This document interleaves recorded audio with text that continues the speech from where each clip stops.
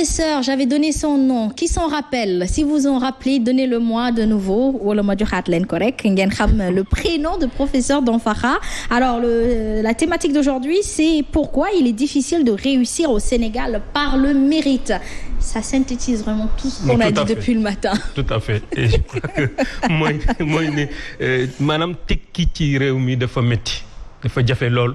C'est-à-dire que koo xam ne ñi nga xam ne bari nañu fii dañoo xarañ. ci lu ñuy def liñ ci gagné liñ ci am dafa néew trop boo demee ci tool yi ngay gis béykat yi coono bi ñu ci def comme léegi Binta wone na ko coono bi ñu ci def ak lu néew luñ ci am.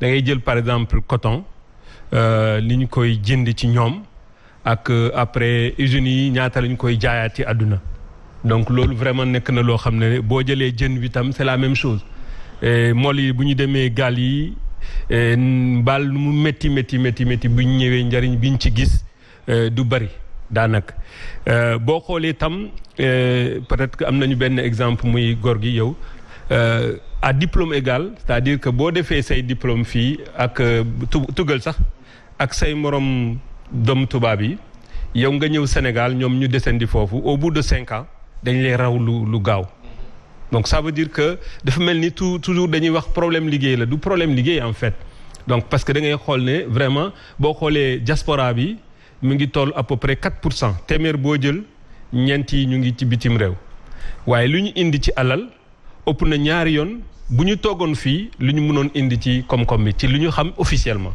donc nekk na loo xam ne lu métti la ñu bari da nga leen gis ñu nekk ay béykat dem bitim réew jékki-jékki rek ñu commencé di tabax ay kër di am ay oto maanaam di réaliser le minimum yoo xam ne bu ñu nekkee fii ci mbéy mënuñu ko def da ngay gis ñoo xam ne ñu nekk ci marchand ambulant yi di ñafe ci dëkk bi mënuñu am loo xam ne sax mënuñu ko lekk c'est-à-dire lekk ba suur mais bu ñu demee ci bitim rek nañu gis ne am nañu lu changé ci seen dund donc toujours question bi mooy lan moo xew lu tax en fait Sénégal boo xoolee liggéey du may alal liggéey du tax nit di tekki lu tax loolu. am na ay question yoo xam ne mun naa ci yokk sax njub sax mënut nit bu jub c'est-à-dire nit bu jub ci réew mi voilà jub taxul nga tekki ci réew mi dara kon jub la ngay tax nga tekki waxuma loolu nag damay laajte mais li ci bari ñi nga xam ne ñoom ñoo nekk fii waaw non mais xam nga mënu ma wax totalement que noonu la am na ñu bari ñoo xam ne ñu ngi tekki ci réew mi am na ñoo xam ne ñu ngi tekki mais la règle générale ñi nga xam ne dañuy tekki gisuñu leen yenn usine la ñu taxawal c'est-à-dire gisuñu seen liggéey ci réew mi c'est-à-dire boo demee boo xoolee par exemple bu ñu la nee Bougane am na xaalis mun nga gis ay entreprise am na ñu bari ci réew mi am nañu ay alal ay milliards te kenn du xam fan la ñu tabax ay entreprise damay jël benn exemple rek xaritu Pa Assane président Macky Sall bu mu ñëwee. sama xarit man tamit waaw bu mu ñëwee nekk président 2012 nee na fi am na ay milliards te man gisuma fu mu jaar di tabax ay entreprise donc loolu nekk na loo xam ne lu yéeme la donc ça veut dire que li tax liggéey wala xarañ ci dara du tax nga mun a feeñ nga mun a tekki benn bi mooy liggéey kenn faydol ko ci réew mi.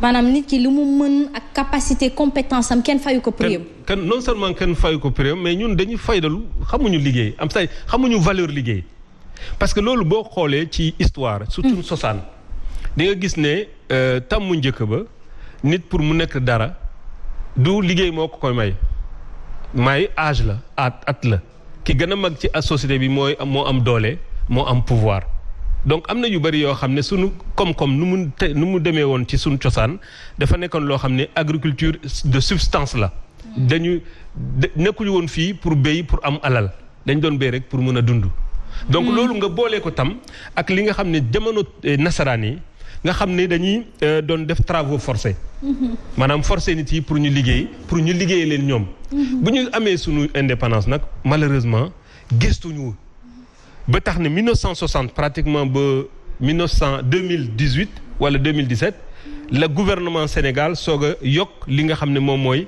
le salaire minimum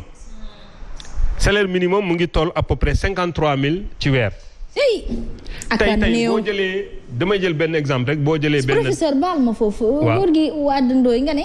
waaw 53000 xaw ma lan nañ si mën a def. waaw billaay wallaay fayu sax loyer kër. non rien du tout. boo jëlee par exemple benn jeune boo xam ne mu ngi soog a génn école. nga jox ko 53000. su nar a am kër néeg rek laa wax de. mënul lekk mënul dund ci 53000. te léegi ba léegi loolu moo fi nekk. te boo xoolee sànq góor gi waxoon na ko suñu xoolee 16 millions lañu. mais ci 16 millions sénégalais boobu ñi liggéey dëggantaan motul 1 million. c'est-à-dire ñi liggéey Sénégal pour fayee ko as tuuti motul 1 million. te ñi ci bari lu ñu am weesuwul 50 000 francs. donc ça veut dire que payoor liggéey bi dafa des. liggéey ci boppam dafa des payoor liggéey bi dafa des. ñetteel bi mooy defuñu effort. moo xam ci média yi la. moo xam ci nguur gi la. defuñu effort di wone ñi nga xam ne dañuy teg ngir liggéey ngir seen xarañ. te duñ leen nekk au devant de la scène. donc loolu dafa am loo xam ne donc ça veut dire que symbole bi ñu war a wone maanaam sénégalais yi nga xam ne dañuy xarañ ci dara ba ñu tekki ci dañ leen war a wone pour que askan bi yëpp pour que ñëpp gis ne ñii seen jaar-jaar fan la ñu mën leen toppandoo. waaye ñu bañ a wone toujours parce que boo xoolee journaux yi damay tooñ sama bineta journalistes yi boo xoolee journaux yi lu ñu wone mooy les violeurs d'enfants. Les détourneurs, les transhumants, c'est-à-dire tout ce qui est négatif dans nos sociétés. dañu fësal lu baax li. lu baax li te am na ci réew mi. donc ça veut dire que finalement ñun dañuy gis ne nit day dem ba xalaat ne njub sax feebar la. dañuy wax ne toujours xaalis kenn du ko liggéey dañ koy lijjanti. te ñi nga xam ne ñoom ñoo gën a am xaalis ci àdduna ay liggéeykat lañu. ak ni ñu ko lijjantee. waaye Bill Gates. dafa liggéey dafa inventé ay concept. ay ñoom Mark Zuckerberg et cetera donc dañuy jaar ci ay entreprise maanaam liggéey ñafe ba mën a tekki. mais fii dafay mel ni comme amatul image amatul symbole donc loolu dafa nekk loo xam ne problème la ba tax ne nit yi dañuy xaw découragé. professeur Dado Cissé nee na gor rek a sonn nag. dans ces quatre figures. tout à fait ki gore dëgg. am dignité kooko sonn.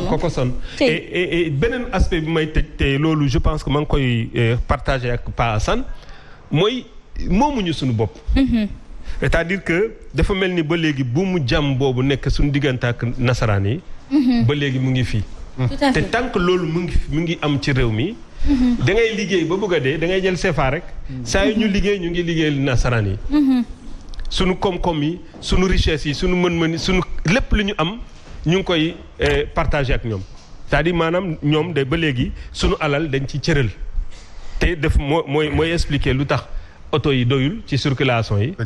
moo tax amul suffisamment nguur gi amul xaalis pour mun a investir ci mbay bi ba paysans yi mun a am ndox mun a liggéey at bi yëpp.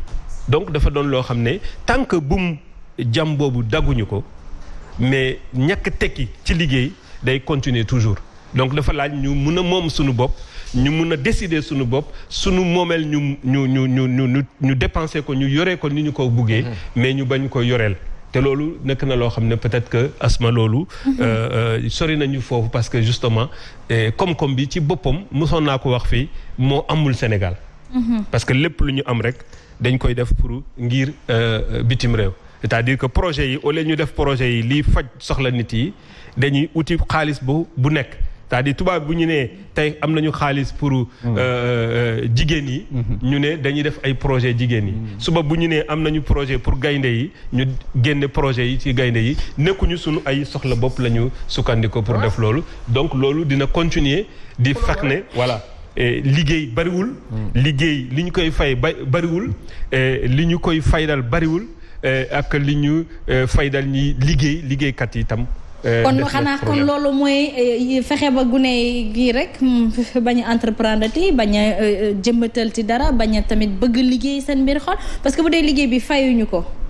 mais dafa laaj loo xam ne comme ni ma ko waxee am na ñoo xam ne ci biir réew mi ñu ngi réussir. ñu ngi tekki. donc ñooñu ak ñi tam bu ñu fi jógee bu ñu demee bitim réew ñu tekkiyee dañuy war a gëstu. xam lan lañ ñi nga xam ne ñu ngi sunu biir di tekki. lan lañ ñu def. ñu gën ko siiwal. ñi nga xam ne dañuy dem koo xam ne béykat la fii Sénégal wala nappkat la fii Sénégal bu demee bitim réew mu ngi tekki lan lay def foofu te def ko fii. c'est ça. ak lan moo koy may mu mun a tekki foofu mënul tekki fii dañu war a gëstu ci loolu pour mun a dooleel suñu bopp. macha allah mais continuer di ñafe. te looloo tax justement dañuy def développement personnel pour ñu bañ a xaddi ñu bañ a décourager parce que lu mu métti métti réew mi la ñu moom. moomuñu leneen c'est-à-dire que kenn du ñëw du yàlla mooy wàcc defar réew mi ñun ñoo koy defar suñu bopp te du nasaraan yi surtout du nasaraan yi ñooy ñëw di defar réew mi donc nañu xam lan lépp lu ñu war a def pour mun a doyal suñu liggéey pour mun a faydal suñu réew pour mun a tabax suñu réew ñun suñu bopp dañ ko war a def te loolu nekk na loo xam ne suñu wargar la ñun ñëpp. dëgg la professeur Yacouba Diakhaté nee na moi j'ai travaillé je percevais 30 000 francs mais j'ai pas pu maintenir je n'avais pas le choix donc dina jafe waaye jàppatoo bàyyi yàlla dina dikk. tout à fait waaw mais li may wax toujours mooy lu mu métti métti. am 30 000 francs par mois.